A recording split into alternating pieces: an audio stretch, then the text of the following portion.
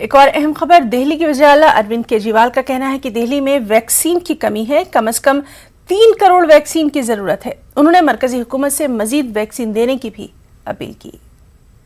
Vaccine की बहुत कमी है।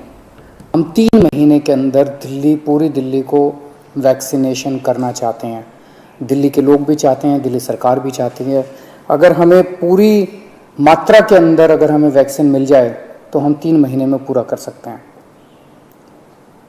3 महीने में पूरा करने के लिए हमें कितनी वैक्सीन चाहिए? 50 लाख लोग 18 साल से कम उम्र के हैं और बाकी 1.5 करोड़ लोग 18 साल से ज़्यादा उम्र के हैं। इन 1.5 करोड़ लोगों को 2 करोड़ वैक्सीन लगाने हैं, तो 3 करोड़ वैक्सीन चाहिए। 3 करोड़ में से अभी तक दिल्ली सरकार को टोटल मिला के 40 लाख के करीब वैक्सीन मिले हैं, तो 2 करोड़ 60 लाख वैक्सीन और चाहिए। 3 महीने में 2 करोड़ 60 लाख वैक्सीन चाहिए।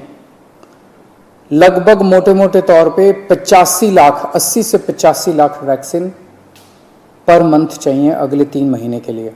तो मेरी केंद्र सरकार से निवेदन है कि हमारे को उचित मात्रा में वैक्सीन उपलब्ध करवाए जाएं। मुल्क में कोरोना